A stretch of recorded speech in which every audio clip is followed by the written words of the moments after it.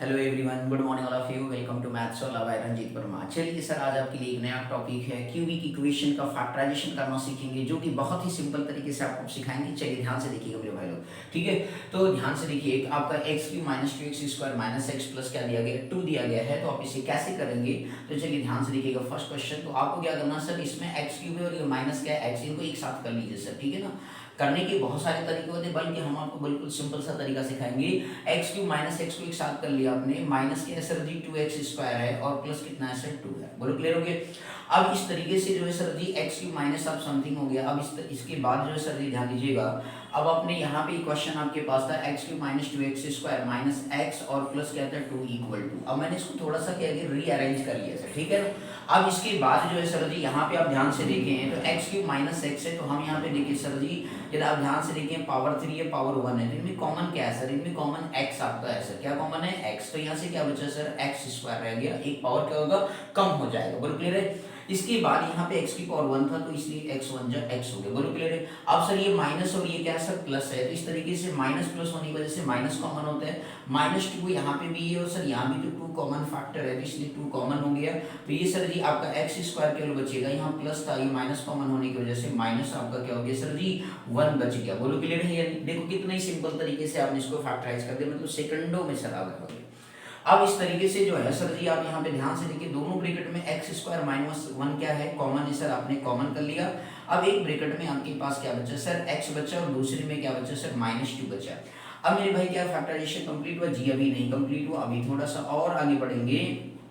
अब इसके बाद आपने सर जी एक आइडेंटिटी पढ़ी होगी, A square minus B square, class 8 से पढ़ते आए हुए होंगे, है ना भैया लोग। तो इस तरीके से ए माइनस बी हो गया और एक ब्रैकेट में क्या हो गया सर, ए प्लस बी हो गया। तो देखिए सर यहाँ पे इस तरीके से लिखा है, तो इसे इस तरीके से क्या लिखेंगे, ए स्क्वायर माइनस बी स्क्वायर का ये फॉर्म है या नहीं, बोलिए। 1 का स्क्वायर कर सकते हैं ना, तो ए स्क्वायर माइनस बी स्क्वायर का फॉर्म हो गया। दैट मीन्स क्या हो गया सर, ए माइनस बी और ए प्लस बी हो गया। अब इस तरीके से एक्स माइनस 1 यहाँ से हो गया, एक्स प्लस 1 यहाँ से आ गया, और एक्स माइनस 2 आपका ये हो गया। बोलो क्लियर हो गया। तो देखो सर फैक्टराइजेशन आपके पास आ गया, कितना ही सिंपल तरीके से सर जी मतलब कितना ही आप आसान तरीके से बेसिकली फैक्टराइजेशन कर चुके हैं। बोलो समझ में आ गया मेरे भाई लोग। तो आपको बस बेसिक मतलब तरीका देखना है कि किस तरीके से उसको फैक्टराइज कर सकते, उसमें कॉमन टर्म ढूंढ ले, और इसके बाद जल्दी से उसका क्वेश्चन, मतलब कि पहले हमने एक कॉमन टर्म निकाल दिया और इस तरीके से जो है इसके 3 फैक्टर्स का बन गया, x minus 1 x plus 1 x minus 2, क्योंकि पावर 3 था तो जाहिर सी बात इसके 3 फैक्टर्स होंगे। बोलो क्लियर है मेरे भाई, बोलिए। अब आगे नेक्स्ट अगली बात करते हैं सर जी, ध्यान से देखिएगा। बोलो समझ में आ गया सर। चलिए नेक्स्ट क्वेश्चन की तरफ मूव करते हैं सर, बहुत ही अच्छा क्वेश्चन है, ध्यान से देखिएगा सर आगे मेरे भैया लोग, ठीक है। चलिए नेक्स्ट अगेन बात करते हैं नेक्स्ट क्वेश्चन में, ध्यान से बस आप देखते जाए मेरे भाई लोग, बहुत ही सिंपल तरीका है। अगेन आपसे ये कहा गया सेकंड पार्ट में आप बात करें, अगर सेकंड पार्ट को नोट डाउन कर रहा हूँ सर, क्वेश्चन आपका है दिया गया है पिक्चर में, एक्स क्यूब है माइनस क्या sir 3x square minus 9x है, और माइनस क्या लिखा होगा सर 5 लिखा है, माइनस क्या लिखा है 5 लिखा। अब सर जी आपको इन दो बीच की जो टर्म है सर, इन्हीं को आपको ध्यान में रखना है सर। अब देखिए सर, यदि आप इनको रीअरेंज भी करें तो कुछ कॉमन नहीं दिख रहा सर। यदि आप मान लीजिए सपोज इनको साथ में कर लिया, x को कॉमन कर लिया, x माइनस 9, लेकिन बट इनमें नहीं ऐसा आएगा। तो इसमें थोड़ा सा हम क्या करेंगे, अपनी तरफ से दिमाग लगाएंगे, बस और कुछ नहीं सर। यहाँ पे ध्यान दीजिए, यदि आप इसको ब्रेक करें तो ये क्या होगा, -4 -5 करें तो क्या होगा सर, -9 बनेगा या नहीं बनेगा, बनेगा सर।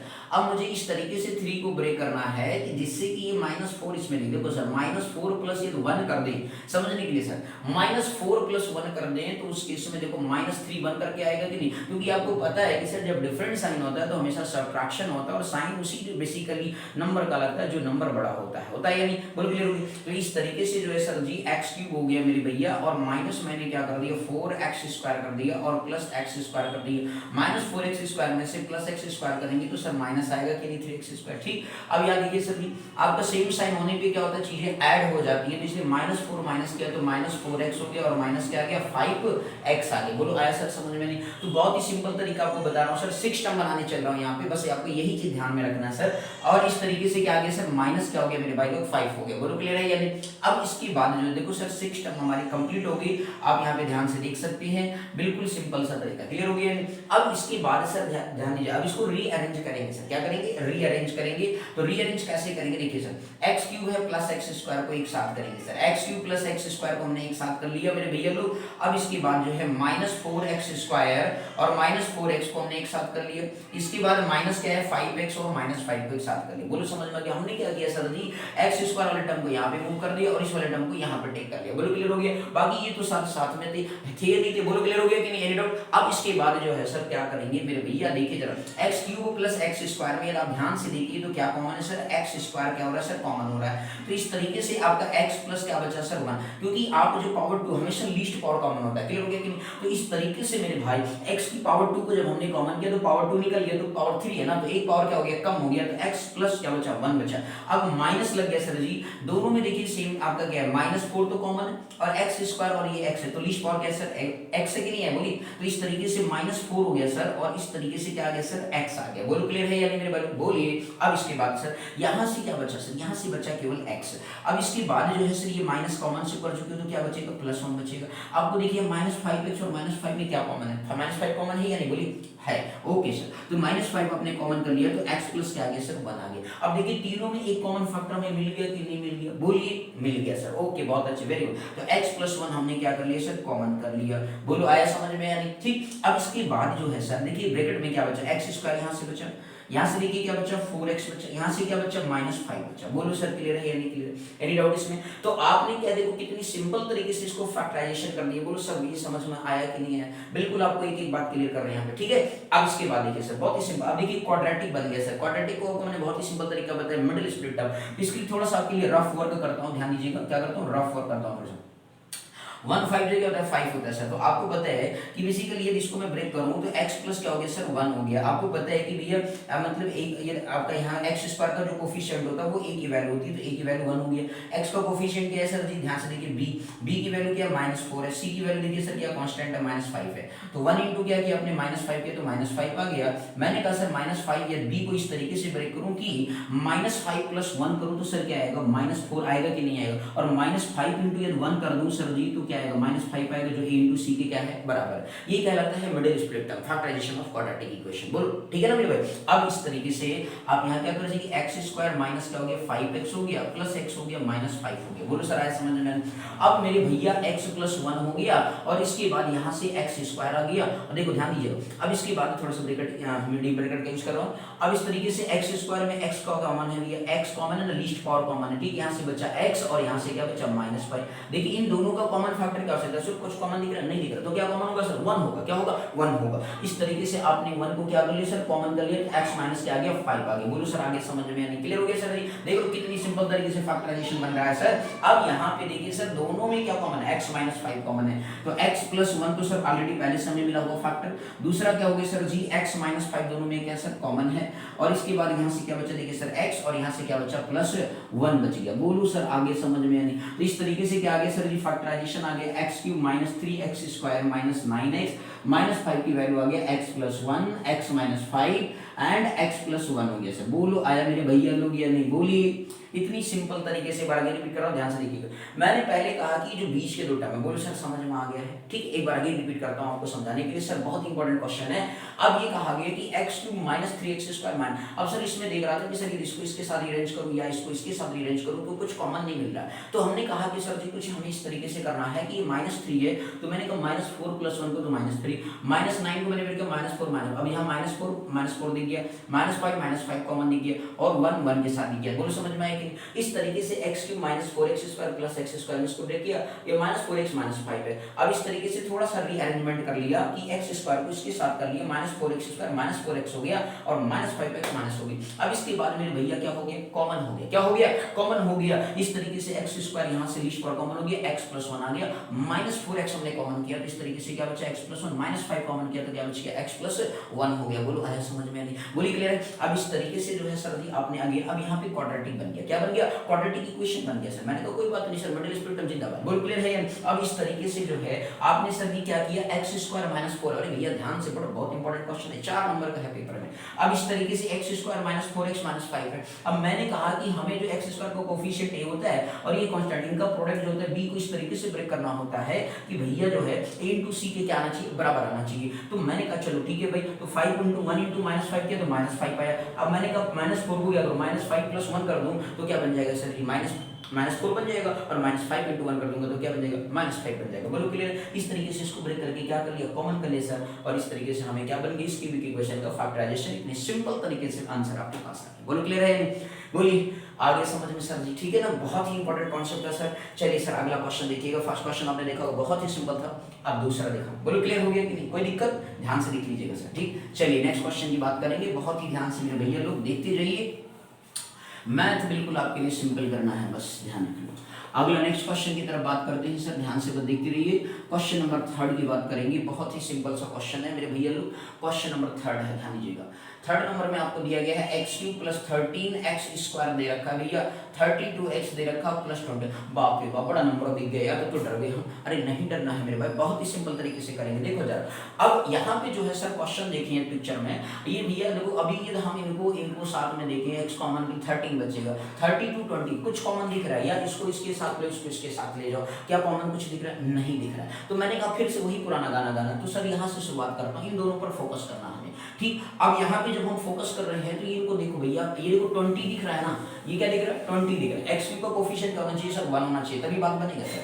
अब इस तरीके से, अब यहाँ पे ध्यान दीजिएगा, अब इस तरीके से ये 32 है, तो मैंने कहा भैया इसको मतलब ध्यान दीजिएगा, इसको मैं क्या 12 प्लस 20 लिख सकता हूँ, तो 12 प्लस 20 लिख दिया तो 32 बनेगा कि नहीं बनेगा, बनेगा ना सर, बोलो। अब इस तरीके से 13 को अगेन फर्दर ब्रेक कर दिया मेरे भाई, तो ये क्या बन गया 12 और प्लस क्या बन गया सर जी 1 बन गया, 12 प्लस क्या 1 बन गया, 1 बन गया, दैट मींस क्या आ गया 13 आ गया, और ये 12 प्लस 20 क्या हो गया सर 32 हो गया। बोलो क्लियर है या नहीं। अब इसके बाद जो है सर आप यहाँ पे जरा पिक्चर में देखिए, x³ हो गया प्लस आपका क्या बन गया सर जी 12x² बन गया, और प्लस जो है सर जी क्या बन गया x² बन गया, प्लस इसके बाद जो है 12x बन गया, प्लस क्या बन गया सर 20 बन गया, प्लस क्या हो गया सर 20x आप यहाँ पे लगा देंगे। अब यहाँ पे देखिए सर जी x³ plus 12x² plus x² plus 12x plus कितना हो गया 20x प्लस 20। अब आप देखिए सर कॉमन देखिए कितना सिंपल सा बन रहा है, इसको आप इसके साथ करिए, इसको आप इसके साथ अरेंज करिए, और फिर इसको इसके साथ अरेंज करिए। अब देखिए टोटल 6 टर्म है, अब इनका फैक्टराइजेशन आराम से हो सकता है, बोलो क्लियर है या नहीं। अब इसके बाद देखिएगा सर x³ और x² में ध्यान दीजिएगा सर, इनको साथ करते हैं, x³ प्लस क्या हो गया सर x² हो गया।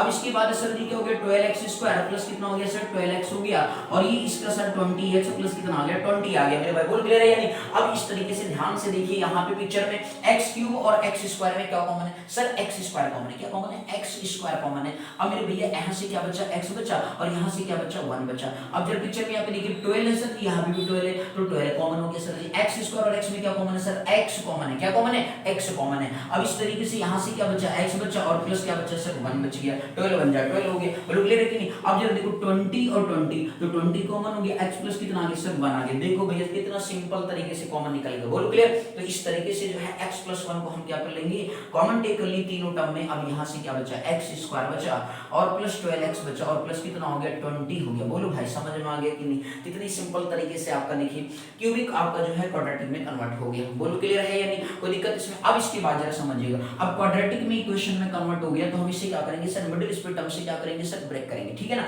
अब मिडिल स्प्लिट टर्म से करेंगे तो सर जी देखिए x² का कोफिशिएंट क्या है a 1 है, तो a बराबर 1 हो गया। x का कोफिशिएंट क्या कहलाता है b, तो इस मतलब standard form of quadratic equation में x² का प्लस c।